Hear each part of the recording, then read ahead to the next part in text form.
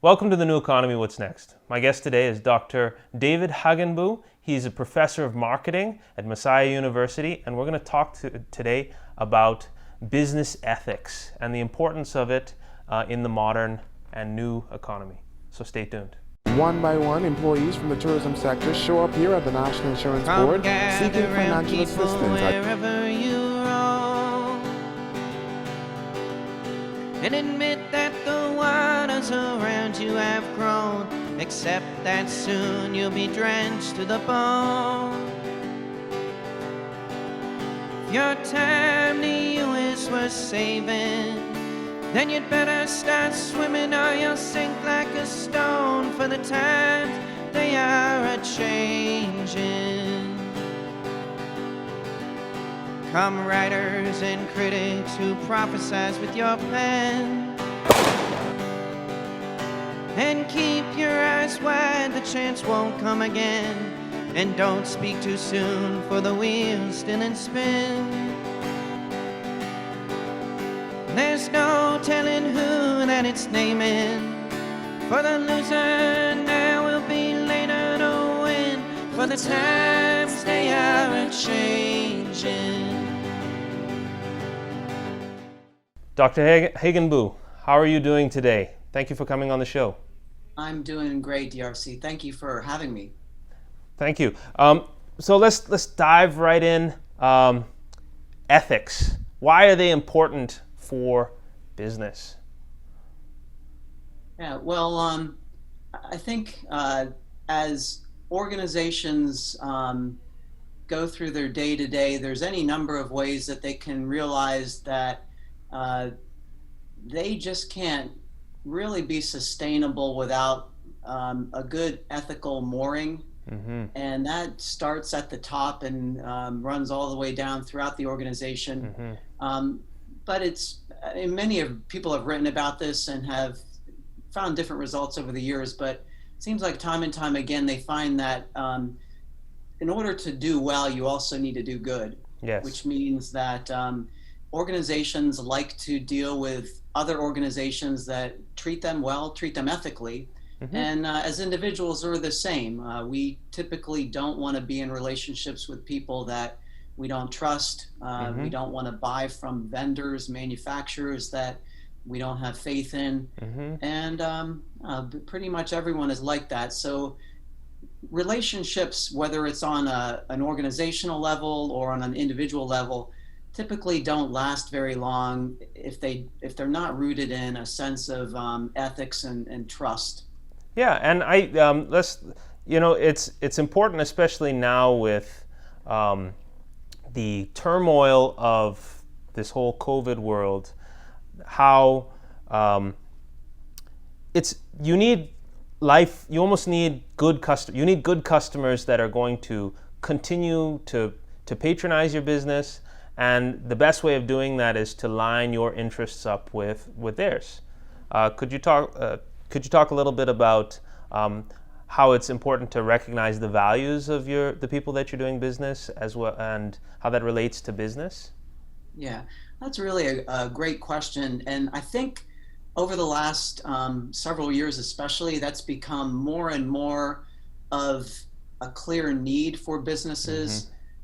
I think businesses have forever practically have had mission statements and mm-hmm. a sense of purpose. Sometimes it's been more of lip service, in the worst case scenarios, or something that really was important to them at the beginning, but kind of doesn't impact the day-to-day. I think increasingly with Gen Zs and Gen Ys, who really are driven as consumers mm-hmm. to buy from businesses that have a clear and admirable and a purpose that they can get behind. Not to mention the fact that they want to work for companies mm-hmm. that are like that, has made businesses think even more carefully about what their own purposes are, and trying to make sure that as they identify a target market, particularly that they're on a similar page in terms of their mission and purpose with mm-hmm. what their target market members believe in. Well, okay, so we're going to dive a little bit deeper into this because I think this is to do business in the modern world, the only way it's going to be sustainable is if you align yourself with good business practice, and try and be a good ethical business person. But before we get into that, could I get a little bit of background about how you got into teaching marketing at Messiah University, as well as a little bit more about your background? Sure. Yeah, everybody loves to talk about themselves, so I'll try to keep it short. No, this Um, is good. I I'm an alum of Messiah. Mm-hmm. Was Messiah College at the time. When I graduated and recently became a university, I did was a marketing major Mm-hmm. when I was there. I did an MBA at Temple University in Philadelphia. Worked in business for about 10 years for a Christian broadcasting company, had Mm-hmm. radio stations all over the country. I was a corporate sales analyst for that company, Crawford Broadcasting. Mm-hmm. Then I rejoined a family business. And I say rejoin because anybody that has grown up with a family business knows that you do all kinds of odd jobs. You're, Oftentimes, you're doing this was everything, jack of all trades. yeah, exactly. And sweeping floors as growing up and all that kind of thing. This is a very small business, but a successful promotional products company. So I rejoined that, became a partner with my father in that, and that's imprinted products, advertising products. Mm-hmm. And he was looking to retire. This was around 2000, and I was starting to do inventory of what the next step might be for me, which I thought would be just to continue on in the business, which actually had my name on it, John David Advertising. And as I think God had it for me, he had other plans, and a position was advertised just at that time for a marketing professor. I didn't have any professional teaching experience at that point, just some other teaching in other situations. And I was hired and have been teaching at my alma mater ever since. I went on and earned a doctorate from Anderson University, and just have enjoyed teaching marketing and ethics classes over the last 2 decades. Mm-hmm. Well, let's get back into the ethics part. When a lot of the viewership of this show is kind of for people at home. Our economy is kind of in turmoil, as I know the U.S. economy is as well, and people are trying to figure out what to do next. And I think it comes down to the core of even of lining up your interest, even to the point of how you make money off of your customers and how you add value, because you're always supposed to be adding value to make money if it's going to be sustainable. Could you talk a little bit about how, even getting down to the business model, you need to be asking yourself those kind of questions? Yeah, I like to, of course, as I said, marketing is my discipline, my primary discipline. I like to think of marketing as a mutually beneficial exchange, which kind of blows the minds of some people who maybe aren't in the discipline, or they just have grown up with preconceptions of what it is. A lot of people think that it's a win-lose situation where either the organization wins or the individual wins, but it's you can't have both. I like to think of it as a both and, which really manifests itself all the time in the products that we buy as consumers, which more often than not, we are glad that we have the clothes that we're wearing, or the computer we're typing on, or any number of other things, and glad that we gave up the money to get those things. So I think the core of the value proposition comes just down to the idea that you have something as an organization that you can sell to an individual, to a target market, that they want more than what they'll give you. That's value. And it doesn't necessarily have to be, a lot of times people think that value is something cheap or inexpensive. Very expensive products can be very good values based upon the benefits that they have relative to the sacrifice that we have to give up for them. So that's a pretty basic definition or description of value, but for me it always comes back to that. So because of that, a primary ethical decision, or like maybe the very first one that you make out of the gate, is, do I have a business model that is producing value in the way that I just tried to describe it for the consumers that we're serving. And if not, then you really have to do some soul searching and think, should I be doing this? And even as I say that too, it should be a long-term value proposition. I mean, in the best case scenario, there are instances where we do buy things one time, you know, one and done sorts of things. But a lot of the things we buy, we appreciate a relationship with an organization where, and they obviously would too, of continuing to add value to each other. We'll be right back after a short message from our sponsor. At Arawak X, we understand that for businesses to grow, they need capital to hire staff, buy equipment, and fuel innovative ideas. We support this process by using technology, years of business acumen, and a world-class team to get business the investment they need to get to the next level. If you are a business owner and need between $100,000 and $3 million, contact us today. We will schedule a meeting over the phone or video chat. Get on the path to your dreams. Arawak X. Dream bigger. All right. Hi, my name is Peter Bridgewater. I'm President and CEO of Open Systems Technologies International. We are a enterprise content management solution provider here in the Bahamas for the past 20 years, and we've worked with a number of government and private institutions to store and capture their information electronically. Well, digital transformation is key to the success of your business, or any business, and we have a trained team with over almost 30 years, 40 years of experience in terms of implementing these solutions, and we have a good vendor relationship that would support any implementation here in the Bahamas. So the next steps in your business should be to implement a enterprise content management solution that will enable you to function like in this pandemic, also as a business continuity solution so that you can work in the event of a disaster. And so you can feel free to call us for a free consultation. Our numbers are 242-328-6736, and you can also check us out on the web at www.opensystems-bs.com. Yeah. But yeah, that's at the core of ethics for me, is just making sure that you're giving good value to the individuals that you're serving. And if not, that's really a violation of Ethics 101. Yeah, and it's what I think is interesting, especially because we're in financial services, and oftentimes financial services people make money in ways that are not beneficial to their clients, their end users.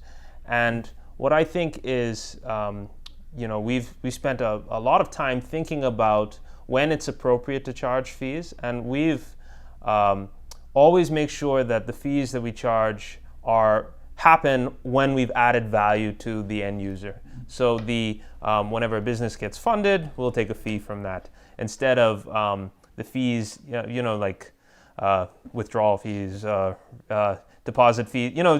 Fees. Yeah. It can get a little crazy in financial services. They'll charge a fee everywhere. And we've taken that approach because we want to make sure that for our business, we are always adding value and doing it in a way that creates that long-term appreciation from our customers. Yeah, I love that perspective. I mean, that is, from my estimation, that'd be incredibly sustainable. I mean, what customer wouldn't want a part of that? I guess the main challenge would be to make sure that you're getting value enough along the way with things that you're doing to be sustainable yourself. And it is because finance, technology are high margin businesses. So we feel that with the right ethos, that will not only allow us to be profitable, but also hopefully it'll buy us some forgiveness when we do end up making mistakes, which when you run large organizations, you do make a mistake from time to time. And it's when you have that relationship with your customers and you've lined up your value proposition, your customers are very forgiving Yeah. Take Apple every time it messes up. It's the people that buy from there still, because their values align so much. They could care less. I mean, it's almost like a cult. Yeah, that's such a great point. Just in terms of you're talking about the need for forgiveness. That really became a important issue. I mean, it's always been, but particularly with the pandemic and businesses and rental space, and they're not making any money. Restaurants, whatever. What do landlords do? I know the term forbearance has come up in that conversation, which means like just let them have a little bit more time. But to your point, there's a lot to be said for having a value producing relationship where just like if you're in a relationship with anybody, a husband and wife, if it's a healthy relationship, and you're meeting the other's needs on a regular basis, we can all mess up once in a while, and we'll be forgiven because we've built up equity, and that's what I think you're talking about doing with your customers, and we need to do that too as consumers with the businesses that we buy from, because it's a two-way street. I always want to remind myself and my students as we talk about that, and we don't just want to point the finger at businesses, but realize that as customers, we need to do the same sort of thing. So yeah, we should forgive each other once in a while. I mean, as often as possible. Yeah, I know. But at the same time, not to lean on that either. I mean, no, absolutely. If there's a case where a company is continually asking for my forgiveness, then it's withdrawn all of the goodwill from the bank. At some point it will, and then it's not a mutually beneficial relationship anymore. Yeah, and it's because I mean, I believe that's the only thing that's going to carry you over, especially as a small, medium-sized enterprise. That's an area of business where you can really outcompete with the big conglomerates, because you have that personal touch. If you can bring that personal touch down to the average customer, where they feel valued and they will, as you were saying earlier, continue to patronize you. Yeah, I think it's important, and you're really drawing this out, that a lot of smaller businesses will say something like, we have more personal service, and that can be rhetoric unless they really kind of implement that or think of specific ways that they can shine with that. And like you're saying, kind of implying that if there is a situation where there's a mistake, I mean, we've all been in cases with some of the big companies, and when it comes down to that, you can feel very small in relationship to them, because things seem so impersonal, and it takes forever sometimes for them to understand what went wrong in the situation. And a lot of times by the time they do, it's like you're frustrated, beyond return. You've taken up all of that equity, as you said. And it's let's be honest. We all, big companies, small companies, we can't afford to lose our customers. Not now. We have to keep every customer is precious, and as the world becomes more competitive, we have to make sure that we're really meeting the needs of people. So that they stay with us and they continue to purchase from us, and there's that mutually beneficial relationship. Now that you've imagine that now, people at home, you've done all of these good things. How do you market that? And I know that's your expertise. Once you are what you say you are, how can you market that? Yeah, that is. How much time do we have here? We're good on time. We're good on time. That is a wonderful question, and all kinds of things. One thing that just jumps out at me immediately is, don't do this. Don't spend more money talking about what you've done than you've actually spent investing on doing it. Because there are plenty of companies that will, spend, just to pull numbers out of the air, $10,000 or something on some kind of an initiative that might be ethics related, but maybe it's more broadly corporate social responsibility, which, by the way, the way I would distinguish ethics versus corporate social responsibility is ethics, oftentimes it's not doing the wrong thing. Like, don't break the law or don't do something dishonest. So it's more often what ethicists like to call negative injunctions, like don't do the bad thing. Corporate social responsibility, on the other hand, and this is simplifying things, I know, but Oh, yes. it's do something that is above and beyond that people wouldn't expect you to do.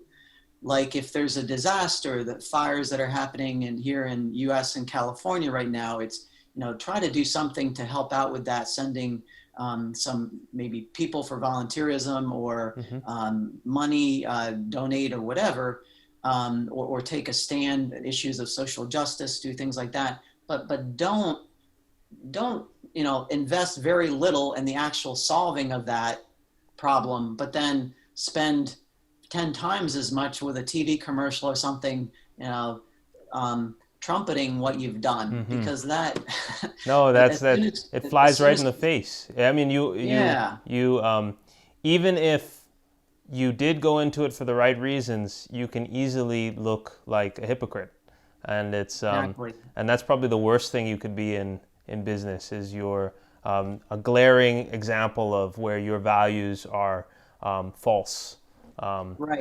Right. Yeah. Time and time again, I hear people talk about the idea of be genuine.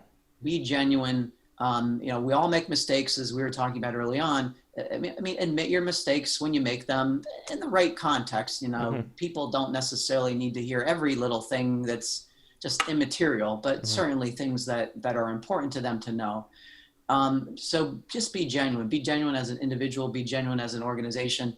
That is probably one of the most priceless pieces of advice, just in terms of how you market. And I guess I would take it back to this too. And this sort of gets at the idea of what exactly marketing is and the misconception that many people have about it. And I work to kind of get students away from thinking about this, from day one of the marketing principles class, is not to think of marketing as a synonym for advertising or sales, selling. Marketing includes those things, but marketing is a much broader discipline, which is about, again, that mutually beneficial exchange. Of course, people are familiar a lot that are in business, at least, with the 4 Ps: product, place, price, and then promotion is the 4th one. So there's 3/4 of marketing doesn't even involve communication. It's about getting the right product. So this sort of harkens back to what we were talking about before. How can you market good ethics or corporate social responsibility? Is like, well, get your base right, get your foundation right first, where you have a business model that's predicated upon adding value and delivering that. Because if you don't have that, then you're just trying to spin something, communicate something that doesn't really exist. So all those other elements of the marketing mix, the product, the place, and the price, make sure that you have those right. Then, and I've sometimes used the analogy, I wrote an article for American Marketing Association about this for personal branding, but it applies to business too. The communication is like the icing on the cake. So yeah, you need to have, I love icing, by the way, it's my favorite part of the cake, but if you don't have the other layers, it's just icing. You put icing on cardboard, it's not going to taste very good. Yeah. So what really is important is the layers of the cake first, and then the icing on top. So that icing should be that acronym we sometimes hear, integrated marketing communication, which is all of the different aspects of an organization's communication. Everything from digital to print to just point of purchase display, whatever, should be communicating the same message, and an honest message in terms of ethics, but also be just integrated with the fabric of what it's communicating, that is the layers of the cake. So it all it all stems from that, from my perspective. And in a lot of ways, it's not that hard to communicate. And organizations, probably many of them, don't even need to spend as much as they're spending now on marketing communication if they'd invest more time up front, more time and money up front on the other aspects of marketing, the other layers of the cake. Well, I mean, it's fascinating. I'm fortunate to personally have grown up in a household where that was preached since I was a little kid. I know for a lot of people, some people think business is just about making money, and it's so much more than that, and it can be so much more than that. And it really is about making people, your customers, the community better. And if you look at it in that lens and you have the right ethics, you will be, not only will you be handsomely rewarded by your customers, but you'll also be able to really do good in a changing world. Yeah. There's probably some business people that don't like to hear this, what I'm about to say, but you could look at business just as a means to an end. And that is, I mean, as much as, those of us that are in business love it, it's enjoyable. It's fun. It's fun to do it and to talk about it and to teach it. But at the same time, at the end of the day, there are more important things in life, and the people in our lives and the impact on our world. So in a certain sense, business is just a means to an end, or a tool in accomplishing, good for our world and making this world and beyond better, helping people who need the help. And of course, I'm biased, but I think business is one of the best things going for doing that. Absolutely. Not to discount what other organizations and institutions can do, and governments. I mean, we need all of those. It's a team game. But when you think about the power of economics, which you're very well steeped in, it can do things. You can impact people's lives in ways, giving people a job. Successful organizations that can hire people, or having an environment where people can start their own businesses and provide for themselves and their families, and then beyond start hiring people.